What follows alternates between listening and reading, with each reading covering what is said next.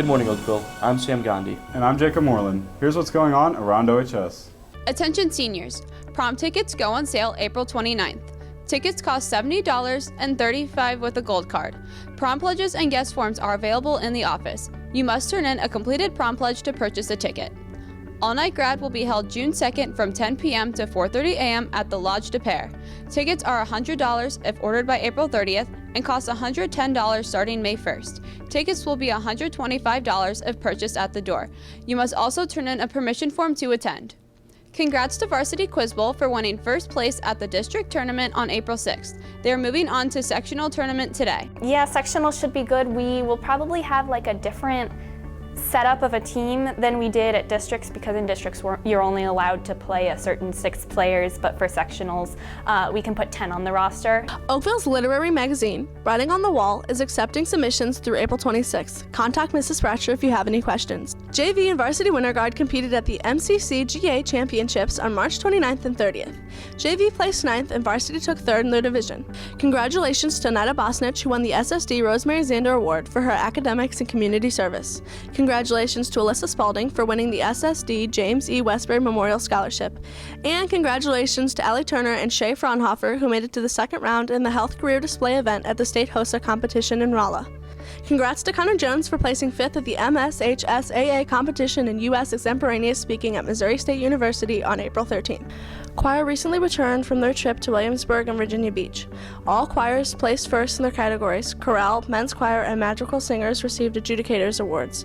Eric Throm, Thomas Shartner, and Nathan Gallup received Maestro Awards for their solos. Ms. Tamara Sunkit has been named Oakville High School's new head principal for the 2019-2020 school year. Ms. Sunkit currently works as an assistant superintendent for the Riverview School District and will begin her new position as principal on July 1st. OHS is taking more precautions against intruders this year than ever before.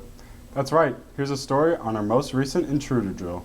OHS administration has decided to increase intruder awareness and training. Well, we went through the 4E training as a staff. From some of the things that we experienced there and learned there, we thought we need to try to bring those things back to our drills and to our students, and to make them a little bit more beneficial. I think what we want is to see how people will make some kind of quick decisions, to see if people are following some of our procedures.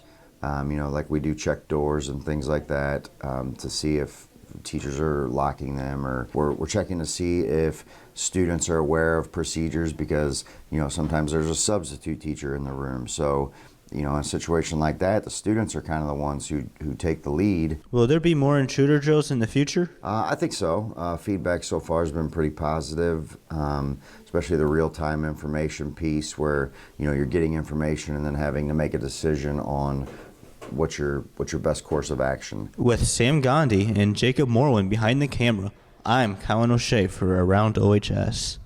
Last Friday night was one of the most popular events of the school year at OHS. Here's a look back at Mr. OHS 2019. This past Friday, Oakville held their annual Mr. OHS pageant.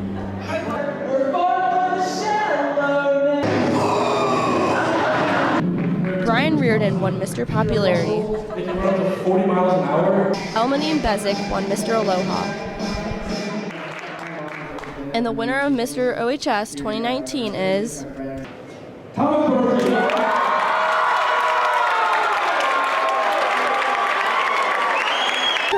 It was a big moment for me. I felt really nervous when I was practicing my act, and I did a lot of improvising. Oh, I'm so happy, yes. This is like a really good feeling. With Lily Singer behind the camera, I'm Allison Strub for Around OHS.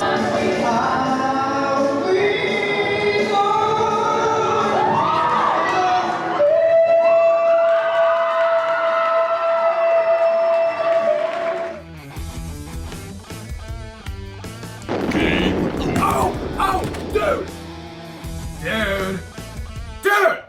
No way!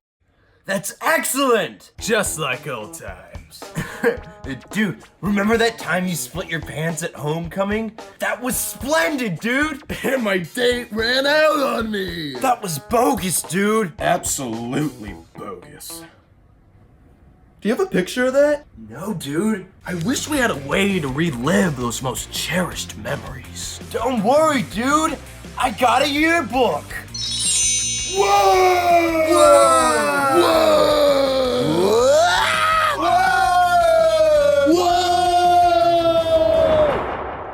this is incredible! The DJ is worse than I remember!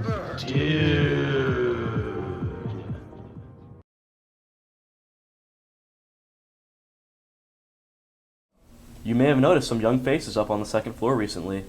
Let's take a look at this year's Tiger Tots. Tiger Tots is nothing new at Oakville, but the faces this semester are. The high school students are required to create a lesson plan, and within that lesson plan they create a circle time as well as 4 different stations that revolve around different subject areas such as math, science, language, arts. This gives them an opportunity to work with the kids one-on-one, as well as being able to see what it's like if they were interested in teaching or working with kids that age. It kind of gives them a better understanding of actually working with them. Leslie Harris and her little brother are spending some extra time together in the Tiger Tots program. I think that it would help me be a better sister and understand him more, because at home it's just like brother, sister, but now like I get to see how he learns and how he does stuff.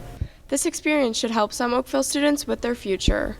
In the future, I would kind of want to be a preschool teacher or a kindergarten teacher, so it's showing me how to work with little kids and how to handle them when they're learning and stuff. With Alex Phillips and Ben Metz behind the camera, I'm Rachel Worley for Around OHS. Water polo has been a co-ed sport at OHS for several years now.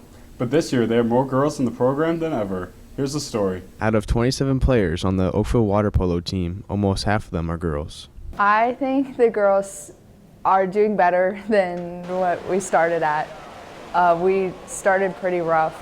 OHS competed at the first all-girls tournament at Lafayette High School on March 29th.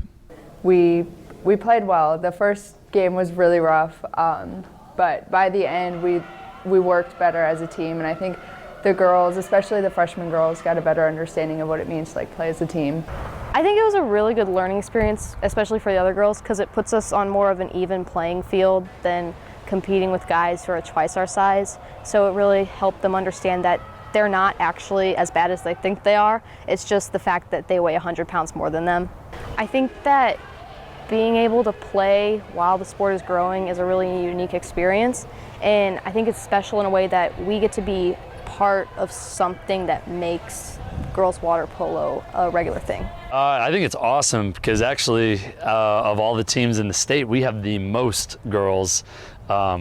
So I think it's an honor, and I'm excited that we can be at the forefront of this sport growing, and I'm going to be a huge advocate because of all these girls pushing for girls polo to become its own thing. With Jack Tallarico behind the camera, I'm Aaron McCrander for Around OHS. Here's a story about a student athlete who's been a varsity softball player all 4 years of high school. But there's another sport where she's finding success. While javelin was just introduced to OHS track and field last year, one-star athlete has caught on quickly. Well, last year Bishop came and was like, hey, do you want to throw the javelin? And I was like, sure, why not? So Bishop and I pretty much just YouTubed all of it, and I'm pretty sure I still don't know how to throw it right. So that's great. Though it was hard to learn at first, Olivia progressed quickly. Last year, I also went to state with Amanda Fitzwilliam, and that was like our first time ever throwing the javelin, so that was pretty cool and a fun experience that we both shared.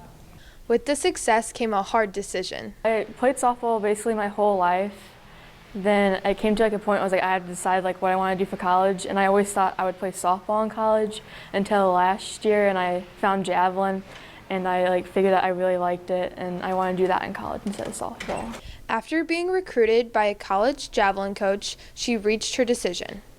I'm going to the University of Dubuque. It's up in Iowa. Then I'll be studying secondary education. With districts just around the corner, Olivia hopes to return to state and improve her performance.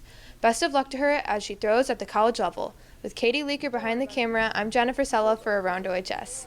Moreland, have you noticed all the Easter egg hunts recently? I sure have. And we decided to do one of our own. Let's take a look. Easter is right around the corner, and these students are ready for the hunt. Freshmen, Mason Christopher and Carter Bradley. Juniors, Chase Christopher and Joe Pybus. Seniors, Michael Fisher and Nick Barbieri, go head-to-head in this Easter egg relay. Only one member from each team can grab one egg at a time and place it in their basket. Let's go!